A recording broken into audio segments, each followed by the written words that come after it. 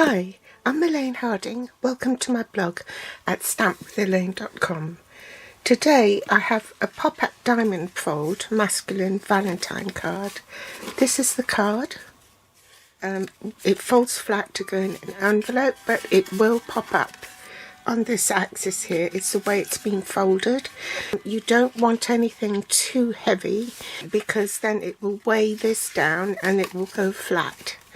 So I've got on the back just a square piece of basic white cardstock, so I've stamped on it and put the Valentine greeting on it. And on the front you don't want to weigh it down too much, so I haven't gone for very many layers, and just a designer series paper on there, some metal foil with a 3D metal plate embossing folder, and the second largest of the stylish shapes dies to create this bit here. So I've used the second largest to die cut a basic white piece for the front of the pop-up diamond. I've used the Legendary Ride bundle and dies, and you'll find this on page 69 of the January to April mini for 2023. It's part of the Ready to Ride Sweet collection on pages 68 to 69. So I'm using the stamped image for this bike, and the spanner, and also this stamp here to ground the motorbikes.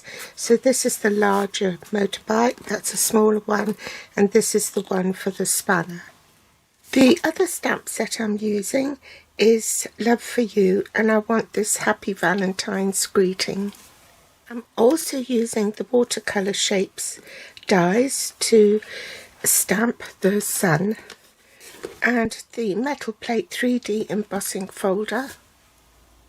The inks I'm using are Pumpkin Pie, Basic Grey and Tuxedo Black Memento ink. And I nearly forgot Pear Pizzazz ink. These are the Ready to Ride designer series paper. They're 12 by 12, so there's nuts and bolts. They're the specialty pack, so there's two each of a shiny sort of finish on the front. This is the one we're going to be using with the spanners. This is the tire tracks. I don't know what pattern that is, but the racing checkered flag. Then on the reverse, you can cut out these individually or leave them whole. This one, I think the dies will cut, oh no, not all of them, only the ones that are facing in the same direction. And this is the metal grid in Pumpkin Pie. You can use this for colouring if you wish. And this one you can cut up and make cards with that. You've got to cut it this way to cut those, and then this way, and then cut those individually. They're all different sizes. And these are all road signs. So from the designer series paper with a spanner pattern, you need to cut at 4 inches by 4 inches. In metric that will be 10.2 by 10.2. And then for this one you actually cut 2 squares, 2 3/4 by 2 3/4, and that's 7 by 7 centimeters, and you want to cut it diagonally.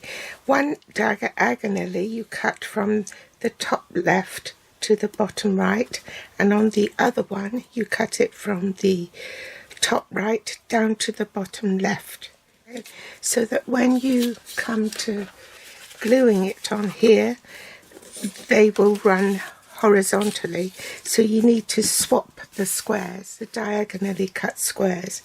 Otherwise one would, if you do that, use one square only, then when you come to gluing it on there, it won't be right. So that's why I've had to use 2 squares. Then I cut one with the second largest square in the Stylish Shapes dies in basic white. We also need a basic white 4" by 4" piece for the back of the card. Okay, I'm also using the adhesive back studs. These come in silver and black in 3 shapes, so there's a bar, a circle and a diamond shape. We also need a piece of silver foil.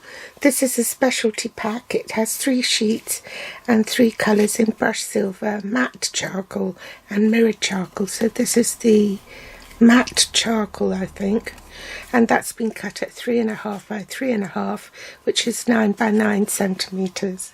Now for the card base, you really need 12 by 12 cardstock, the heavier weight one. You can't use basic white, it's too flimsy.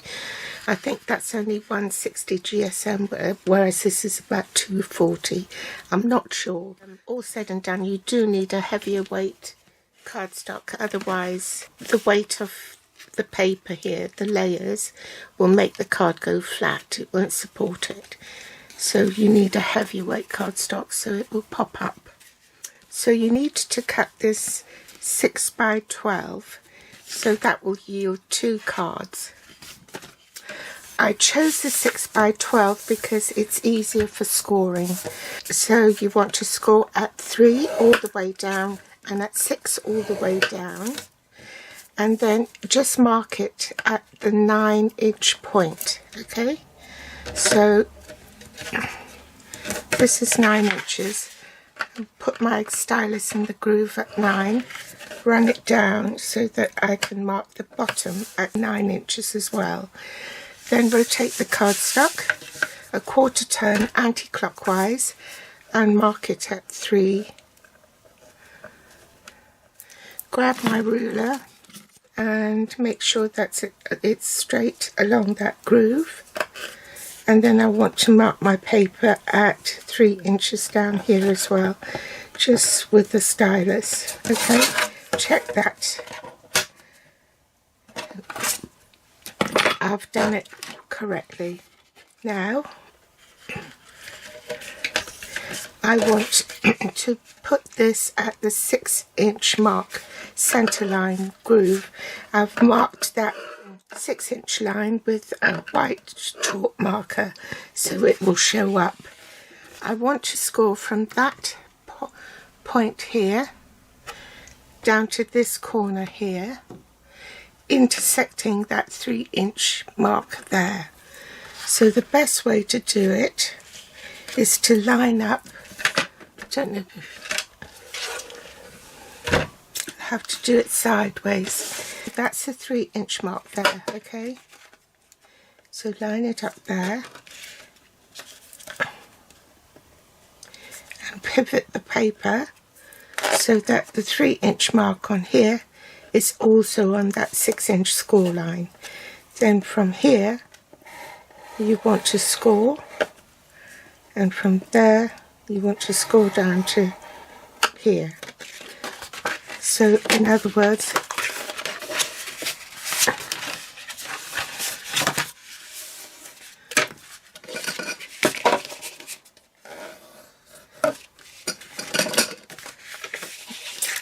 you've scored diagonally.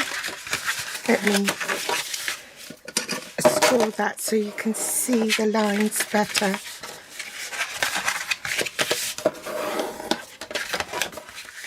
Okay. Now you do the opposite. So you want the 3, that's actually the 9" score line. If you look at it this way, that's the 9" score line. So from the 9" score line, you intersect at the 3" down to the 3" here. So place it on the 6" groove, pivot it so that they're both along that score line, and then from the 3-inch mark you score up,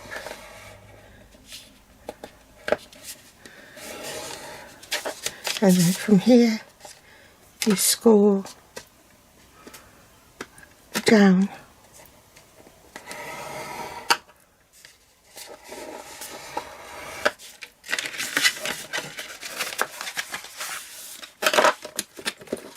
And then reinforce it.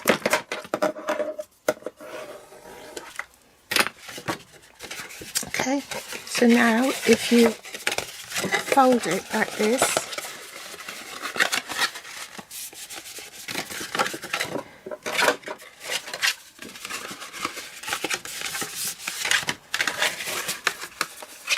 you will see how it pops up. You need your trimmer, and you have to cut from 3 inches down to this point here. So you're going to cut away the corner.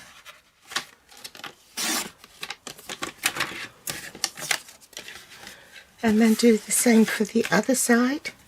So that mark there in the groove, this point here in the groove, and cut that away.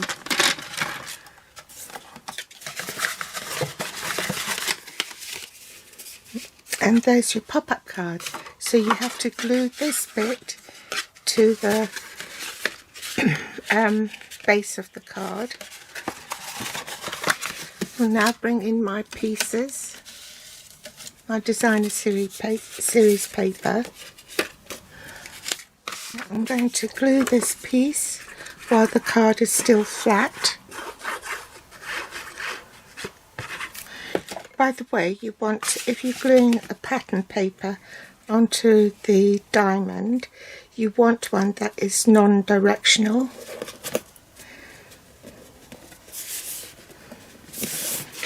This one I'm going to emboss with the metal plate. I'm going to lay it on this line to make sure that it's straight and close the folder, and then just emboss it with the platform 1 and the grey plate. Don't need the thin die adapter either. Place that on, folded edge, leading edge, grey plate on top, and run it through. So glue that on top.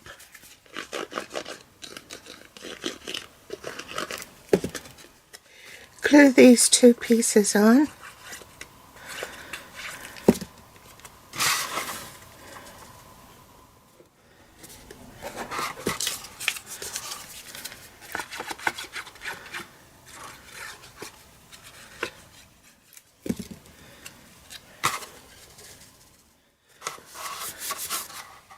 Then glue this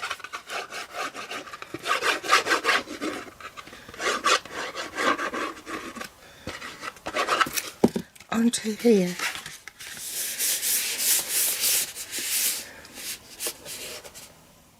And there's your pop-up. So let me reinforce the lines here.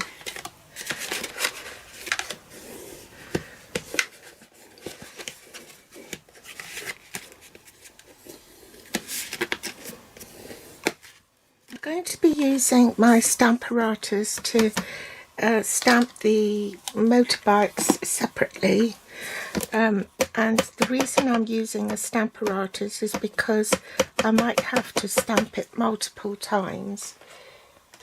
When you're stamping with black ink, sometimes it doesn't cover, it doesn't absorb straight into the cardstock, so you might get patches that doesn't have any ink coverage.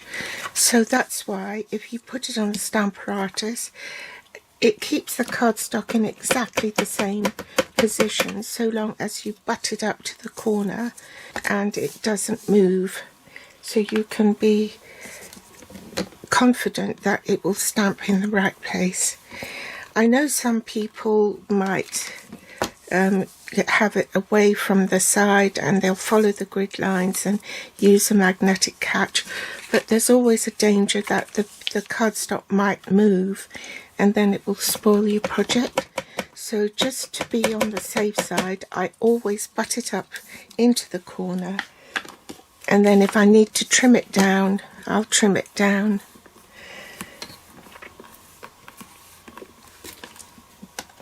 So now I've stamped that 3 times and it still hasn't covered properly. So let's have one last time.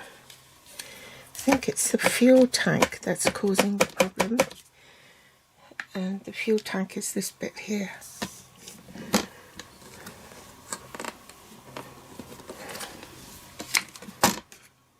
Right, I'm happy with that. Now I've cut that away. I've still got some cardstock left, so as not to waste, I've turned the cardstock round so that it's still buttered up to the corner, and then stamped the little motorbike. Swap ink pads to stamp it in basic grey, so I can die cut the spanners. I want 2, so I've repositioned the stamp and stamp again. Now I need to die cut these elements for my card. So usual sandwich, platform 1, platform 2, the thin die adapter, one of the platform 3s, the cardstock with the die cutting edge face down, and I've secured it with washi tape so it doesn't move, followed by the second platform 3, and I'm ready to run it through the Stamp and Cut emboss machine. I want to find out where my little motorbike's going to go, so I'm just going to trace a little line around the silhouette of it, so I know not to stamp below this line. I'm going to put an acetate sheet there because I'm not sure how far down this should go. So I'll lift that a little bit, make sure it's straight and equidistant from both sides.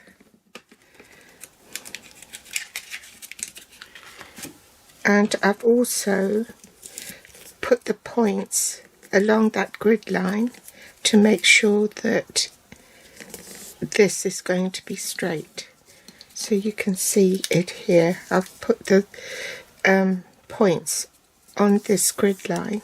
Okay, I'm going to do a test stamp just to make sure it's in the correct position. And if it goes on the acetate sheet, then I don't ruin my paper. So I'm happy with that. Oh bother, I forgot to record it.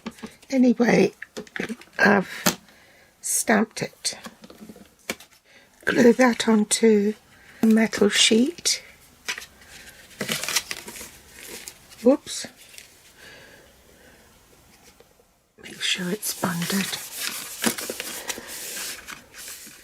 Rub off my pencil mark. Put dimensionals. And you want to attach it so that the point doesn't show. So this bit of the bike will cover that point.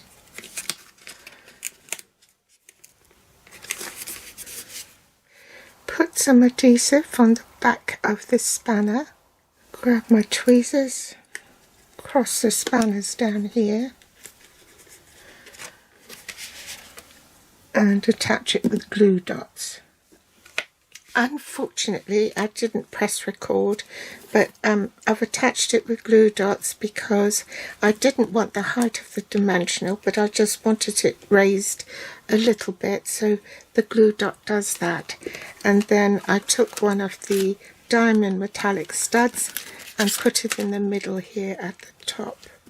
Okay, now we're going to stamp on the back. So bring in this card here. Now, because I'm working in a diamond shape, I'm going to again use the points to orient the cardstock in a diamond formation and stick this down with washi tape so it doesn't move. Ink it up with pumpkin pie. Now this is a distinctive stamp, so you don't want your ink pad too moist or too dry. You want it just right, and I'm going to stamp hopefully in the middle. Didn't want to get my head in the shot. Oh bother, I've forgotten to record again. I've used this stamp and stamped it across. I put my bite there just to make sure where it should go, and then stamped. Now I'm going to directly glue this piece to the cardstock.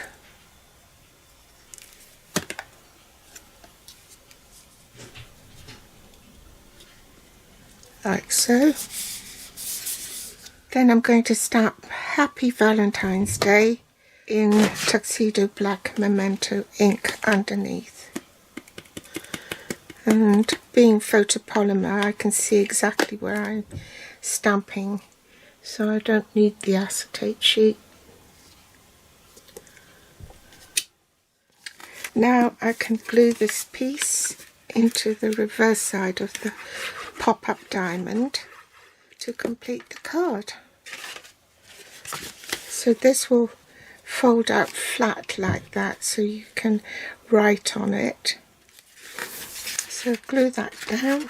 So that's the back of your card. You can fold it flat to sign on it or write your greeting. And there's your pop-up card. So it goes flat in an envelope. There's your Masculine Valentine card. This is the pop-up and that's the reverse. Thanks for joining me today. I hope you've enjoyed today's tutorial. If you do, then do give me a thumbs up. I'd really appreciate it. Like and share. And I'll be back next time with more inspiration. Bye.